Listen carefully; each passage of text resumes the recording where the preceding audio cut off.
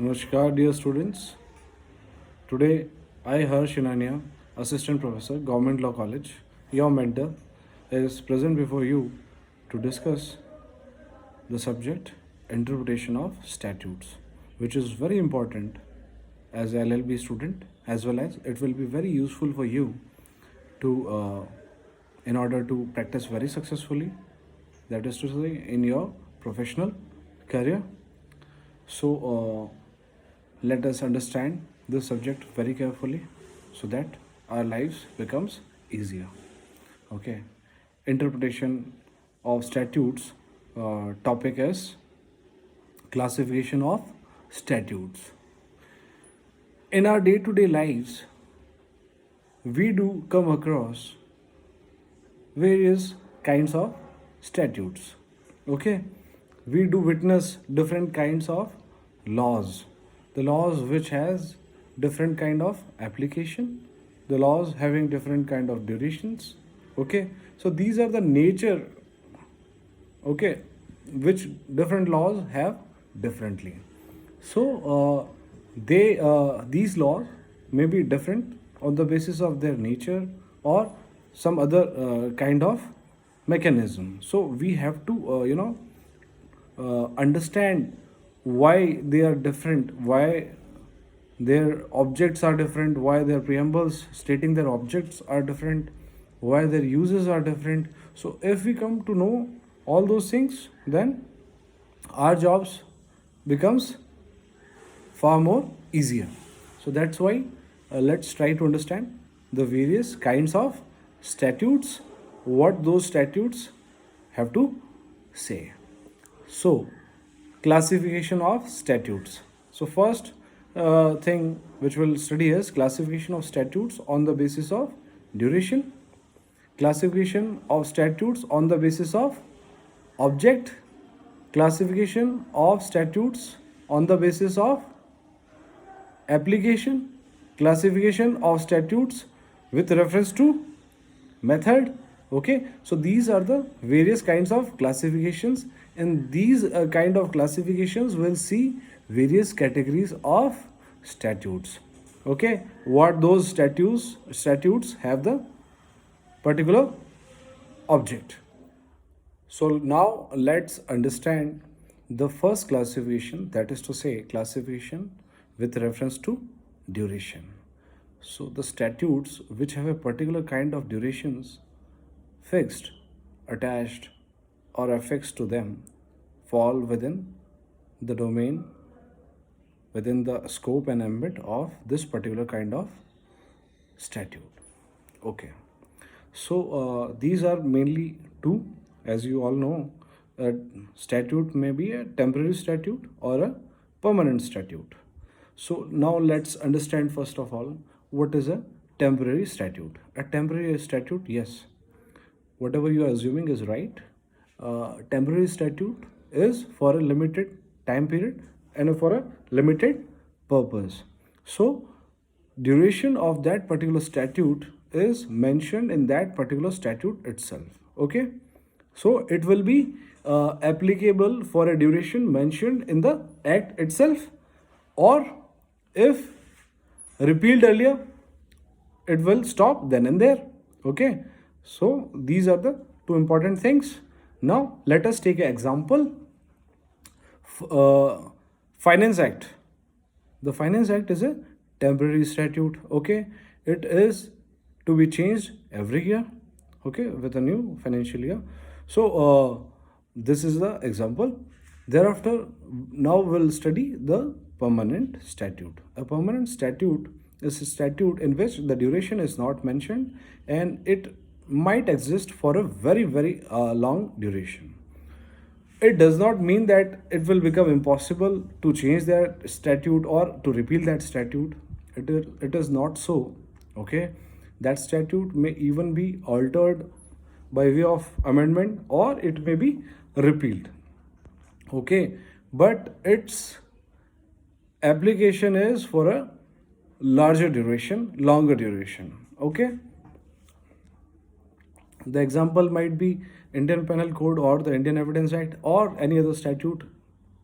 whatever example you might like to take, because these are the statutes which exist for a very long duration. Okay, but the example of a permanent statute which is repealed is the Code of Criminal Procedure. Earlier, the Britishers had framed the Code of Criminal Procedure for us, but as and when the requirement came, and due to the fundamental rights and the civil liberties, we had to change the Code of Criminal Procedure. So it was repealed and a new act was replaced. So but it was existent for a very long duration, so it falls within the category of permanent statute, the earlier one also and the newer one also. Now let us classify the statutes with reference to the method. Okay, so what kind of particular method is adopted in that statute is the reason for our classification. So classification with reference to the method. First is mandatory. It is also known as obligatory statute or a imperative statutes. Okay, so a mandatory, obligatory or a imperative statute. Second is directory statute or a permissive statute. So a mandatory statute compels or mandates, or it is imperative on the party to do a particular thing in a particular manner. So it mandates, it dictates that a thing must be done in a particular manner which is suggested, which is required as per the provisions of that particular statute. So the law will levy that condition and you have to follow word to word. Okay, so there is no option other than to follow that particular direction. Okay, so it is a mandatory kind of direction which is suggested, which is levied upon the parties. Okay, so a mandatory or a obligatory or a imperative statute is this, and let us take the examples of the same. Any kind of taxing statute is a mandatory statute.